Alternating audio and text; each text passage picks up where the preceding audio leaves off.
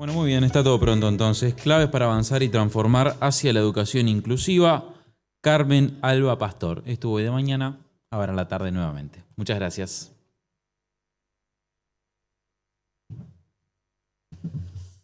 Pues buenas tardes y muchísimas gracias por seguir aquí, porque eso significa muchísimo interés, porque esta hora es tentadora para haber desaparecido. Hay tantas tareas, es viernes por la tarde. Así es que muchísimas gracias por estar aquí. Bueno, pues la presentación o la tarea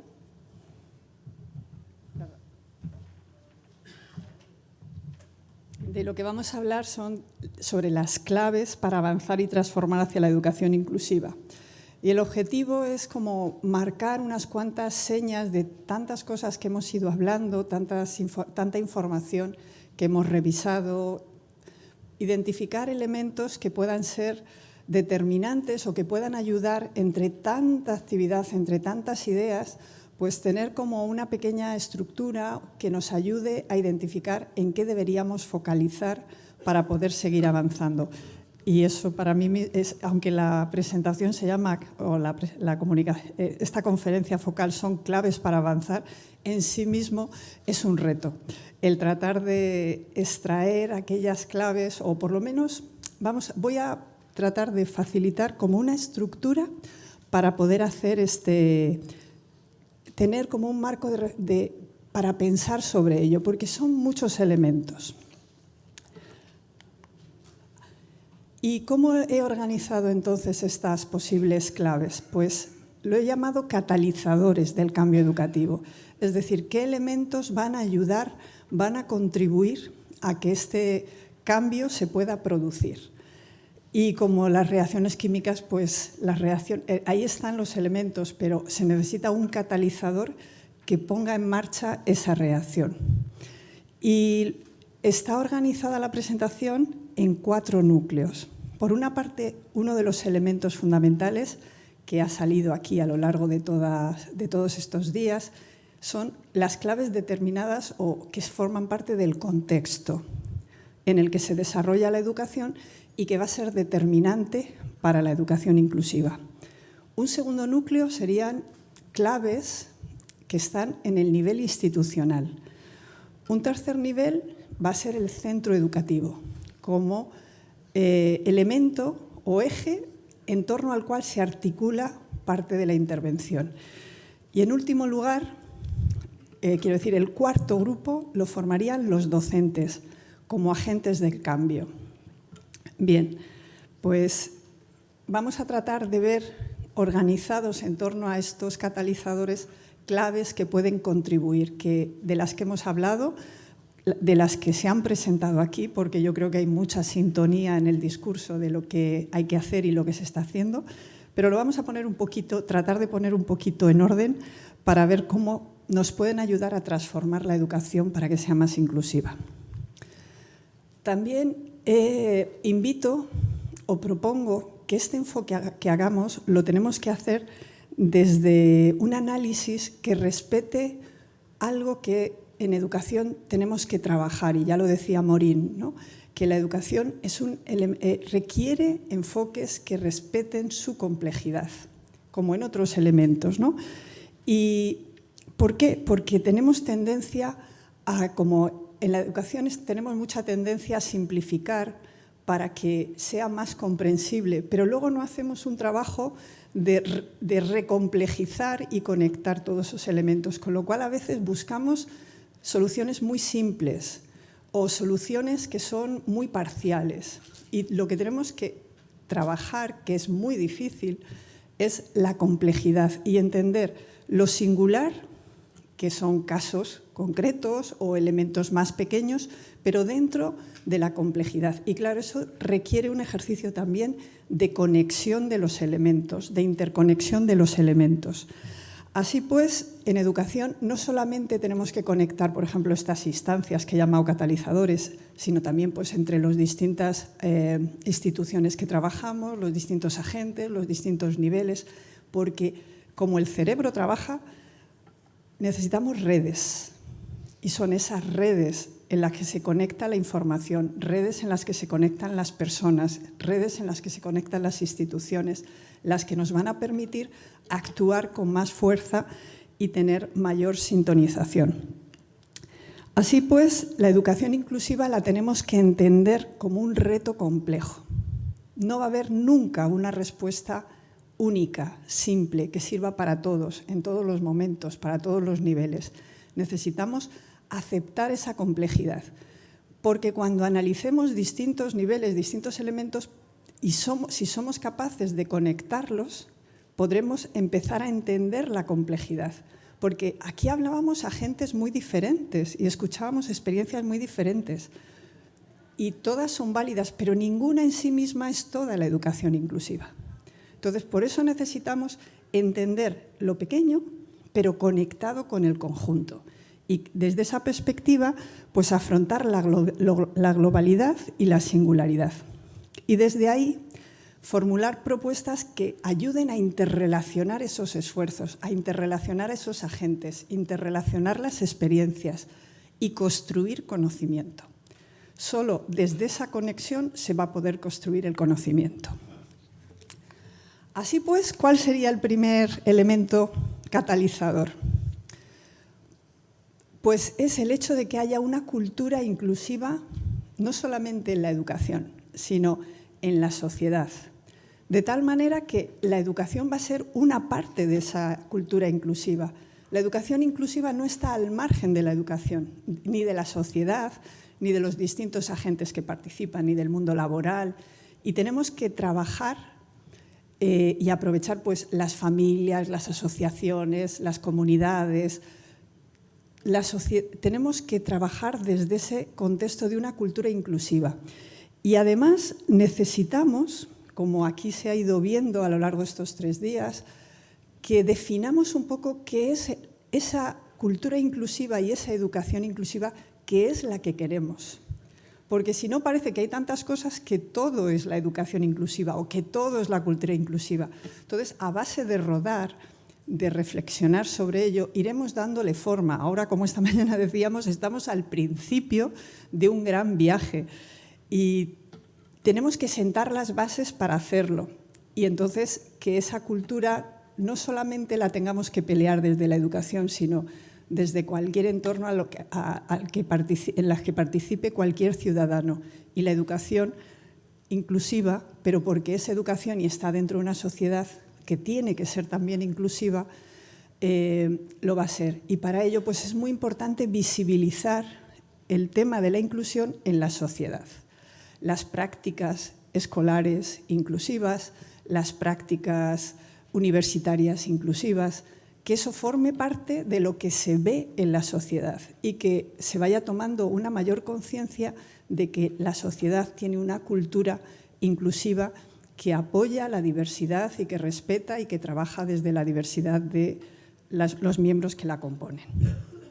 Así es que aquí tenemos un gran reto, que es conectar la educación con una cultura inclusiva que tiene que ir más allá de la educación inclusiva. No podemos ser una isla dentro de la sociedad. En segundo lugar, estaría el apoyo institucional.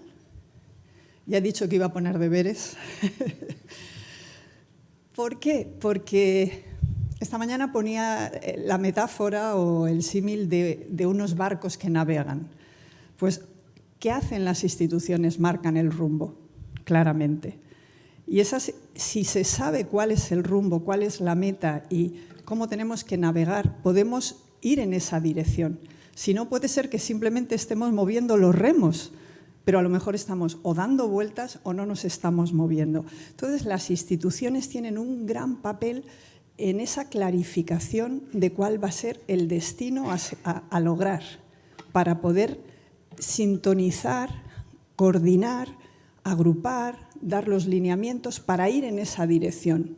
Porque somos muchos agentes, como hemos dicho, desde la complejidad. Tenemos que coordinar muchos elementos. Esto no es como un remero, cuando hacen las regatas que hay un timonel y va dando con el tambor y todos van remando a ritmo. Tenemos que ir en la misma dirección, pero tenemos que va a haber muchas rutas y muchos barcos navegando en esa dirección. ¿Cuáles serían algunas de las claves que hemos ido mencionando más explícitamente, menos, o que salen en las investigaciones? Pues yo sé que esto debe ser dificilísimo porque, por lo menos en España, a mí me cuesta encontrarlo, y es el diagnóstico. ¿En qué situación estamos? ¿Dónde estamos? Porque si no sabemos dónde estamos, es muy difícil trazar dónde queremos ir. O bueno, dónde queremos ir puede ser que sepamos, pero lo que no sabemos es la ruta que vamos a tener que hacer. Y para ello, de alguna manera, tenemos que diagnosticar, no necesariamente un diagnóstico hipercomplejo, sino saber qué centros, cómo son los centros, qué docentes, qué formación tienen, qué necesidades tienen, qué alumnos tienen, qué resultados obtienen, de tal manera que sobre eso empecemos a planificar actividades concretas y sintonizadas desde las distintas instituciones que participan. Y esto nos puede permitir también otro elemento que en la vida cotidiana hacemos, y es tener un plan estratégico. Entonces, un plan estratégico para hacer esta transformación sería, yo creo, también muy deseable. Yo creo que también es una clave, sin necesidad de que sean elementos que vayan más allá de nuestras posibilidades o que a veces lo perfecto no nos deja hacer lo bueno o lo posible. Pero sin un plan estratégico es muy difícil que nos podamos mover y saber cómo vamos avanzando, si están mejorando las prácticas, si están mejorando la formación de los docentes. Y además es que con un plan estratégico nos permite tener una visión de los distintos agentes, los tiempos, los plazos, los componentes, poder incluso hacer seguimientos y evaluaciones. Y otro de los deberes dentro de ese plan estratégico, por supuesto, está la formación de los docentes. Los planes, formación inicial, su mejora, evaluación, revisión, adaptación, adecuación y luego la importancia de la coordinación, lo que hemos dicho de las redes. Cuando escuchábamos aquí tantísimas actividades tan interesantes y tantas instituciones trabajando juntas, yo creo que muchos nos hemos encontrado aquí o se han encontrado aquí y dicen, pues estamos haciendo casi lo mismo y no sabíamos. Yo he escuchado cosas que se están haciendo aquí, otras personas les habrá pasado lo mismo. Bueno, pues el visibilizar lo que se está haciendo, ordenar lo que se está haciendo y crear sinergias para que los esfuerzos que se están haciendo no se dupliquen si no es necesario. Hay cosas que se tienen que multiplicar, pero a veces por desconocimiento, por falta de coordinación, podemos estar haciendo esfuerzos que podríamos mejor redistribuírnoslo y avanzar con más eficacia con esos mismos esfuerzos. Porque también hay una cosa que es cierta, es que nuestros recursos son limitados, con lo cual tenemos que buscar la mejor o la mayor eficacia de los recursos de los que disponemos.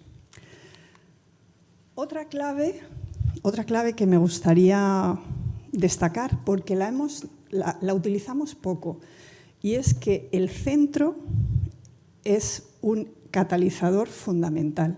Difícilmente se va a poder transformar el sistema educativo si no se hace desde una mirada de los centros.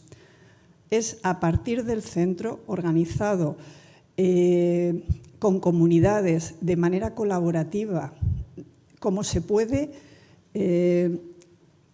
hacer realmente avances que permitan transformar las prácticas en esos centros. Entonces, la unidad de análisis o la unidad de acción posiblemente deberían ser los centros, porque el profesor solo necesita formarse y cuanta más formación tenga, por supuesto, mejor. Pero donde se hace la práctica, donde se puede crear sistemas que nos permitan ayudarnos, compartir, es desde los centros. Y claro, esto tiene un componente también que se ha hablado muy poquito, que son los equipos directivos. Son los líderes de los centros y son las personas que pueden activar, empujar, liderar el cambio y la transformación y que ocurran cosas dentro de esos centros. Cosas que son las que habrá posibilitado la ley o lo que posibilita la administración, pero donde ocurren y quien lo empuja o activa son los equipos directivos en los centros. Así pues, también habría que apoyar la formación de los equipos directivos. Hemos hablado mucho de los docentes, pero no podemos perder de vista que quienes coordinan a nivel de centro van a ser los equipos directivos. Y podría ser una línea de formación dentro de los planes de pedagogía, por ejemplo, o los posgrados, para que haya también esa visión de proyección, de trayectoria profesional docente o en los centros educativos. Y para no alargarme mucho más, porque no sé cómo voy de tiempo, sí, voy bien, estarían pues los remeros. ¿Quiénes son los remeros? Los docentes. No hay ningún cambio posible en el sistema educativo que no pase por los docentes. Por muchas cosas buenas que hagamos, la clave, los cómplices imprescindibles, los colaboradores necesarios son los docentes. Esta mañana hablábamos de la importancia de que la formación de todos los docentes y profesionales de la educación compartan una cultura básica de educación para atención a la diversidad, como educación inclusiva. Pero por mucho que hagamos un discurso muy bonito o un discurso muy loable, necesitamos que los docentes se puedan implicar en ese proceso, porque sin ellos no se va a poder hacer. Así pues, la formación pedagógica tiene que ser para responder a sus necesidades, para responder a los nuevos retos que tienen que asumir, para responder a las necesidades que se deriva de tener estudiantes con diferentes necesidades, con una formación que no lo tenía en cuenta. Pero en mi experiencia faltan recursos dentro de las aulas, porque con esa diversidad es muy frecuente ver que no se puede atender a todo. Entonces, quizá, además de formación, hay que estudiar que, según las características de las aulas, los centros seguramente tengan que estudiar la posibilidad de tener más docentes para que colaboren, para que enseñen de manera colaborativa, para que aprendan o puedan trabajar apoyando a los especialistas que puedan trabajar en las aulas. O sea, hay mucho todavía que se está creando, definiendo, inventando para responder a la diversidad de todos estos estudiantes.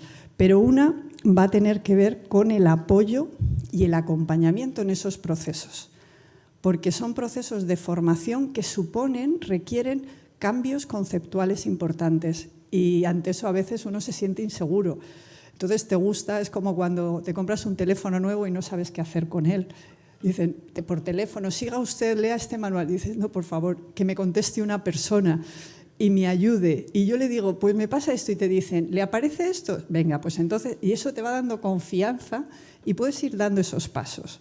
Pues un poco con los docentes tenemos que tener esa visión de apoyo, que ese proceso hay que hacerlo, pero que pensemos que se haga con un acompañamiento, con apoyo, y que se escuche a los docentes. Quizá en esta investigación que he contado hoy, que estamos haciendo, es muy emocionante cuando escuchas a los docentes, porque presuponemos muchas cosas, damos por hecho muchas cosas, e incluso podemos creer que es muy fácil o que esto a mí no me pasaría, pero cuando escuchas cómo se intentan hacer las cosas, cómo valoran los cambios, cómo valoran cómo la satisfacción que les provoca el ver que sus estudiantes están aprendiendo, porque han aprendido a hacer algo nuevo y están respondiendo a esa diversidad, pues no solamente es que sea emocionante, es que nos están dando la información que necesitamos para saber cómo plantear las actividades, la formación, etc. Y como ya dijimos, cuanto más complejo es la actividad que estamos pidiendo a los docentes que realicen, más y más cualquier cosa, todos los docentes, esa formación tiene que tener un reconocimiento como profesionales relevantes, y puede ser reconocimiento porque tengan el nivel académico que se le pide a otros profesionales equiparables. ¿Qué profesión hay importante que no tenga un reconocimiento académico? Entonces, tenemos que valorar en los sistemas. Esta mañana decía, en la mayoría de los países hemos ido avanzando para que sean títulos universitarios. Yo creo que es algo que se debe valorar, se debe estudiar en cada contexto. Como yo estoy aquí, pues yo creo que eso hay que valorarlo para que la profesión docente se reconozca y tenga un desarrollo profesional posible, previsto. Y recordad esto, los docentes, sin docentes no hay transformación posible de la educación.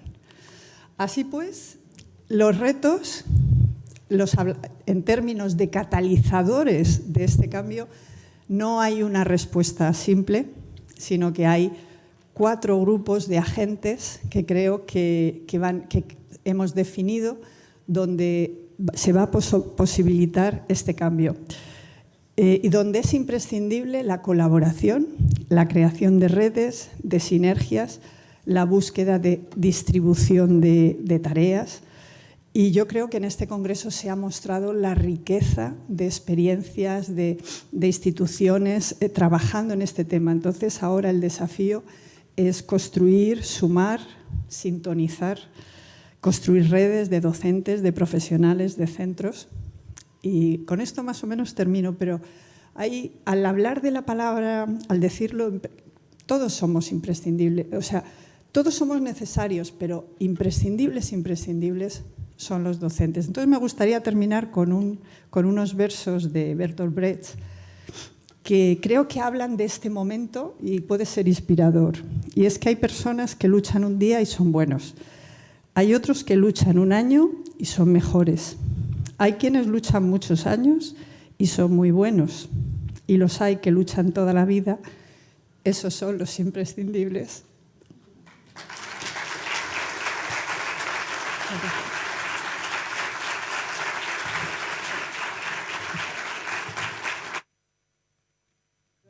¿Qué sucede si no se cuenta con un equipo multidisciplinario y con los recursos necesarios? Pues que es muy difícil que se puedan lograr las cosas. No, es como pedir un imposible. Entonces, bueno, pues se van sorteando las dificultades, se van haciendo las cosas, pero es que los recursos son necesarios. Entonces, lo que habrá que ir avanzando es para que vayamos incorporando recursos donde se tengan que poner recursos, porque si no la educación inclusiva es ficticia. No podemos decir estamos haciendo educación inclusiva si no están los recursos. Entonces, de la misma manera que antes se entendía que había un centro de educación especial donde había recursos, donde había personas, pues a lo mejor hay que estudiar si están esos recursos, hay que redistribuirlos, o si hay que contratar nuevos recursos, o si hay que dar formación en los centros para que haya más especialistas. Pero los recursos es imprescindible, o sea, de momento pues sobrevivir, porque la educación lo bueno que tiene es que no para, no se va a quedar parada. Pero si queremos que sea buena y de calidad, tendremos que ir mejorándolo. Sin plata, simple. Difícil. Bueno, a lo mejor hay docentes, habrá que estudiar qué recursos humanos hay, dónde están los recursos capacitados y tratar de buscar de qué manera se puede trabajar. Pero en ese plan estratégico a lo mejor tienen que pensar cómo se puede ir, que en vez de entrar cierto tipo de docentes, pues vayan entrando docentes especialistas o que se vayan combinando especialistas, generales, equipos de diagnóstico para que vayan. Y en algunos casos, pues a lo mejor buscar conciertos con otros equipos para que puedan ir trabajando, ¿no? ¿Por ahí? Por ahí. Muchas gracias. Muchas Fuerte el gracias. aplauso entonces.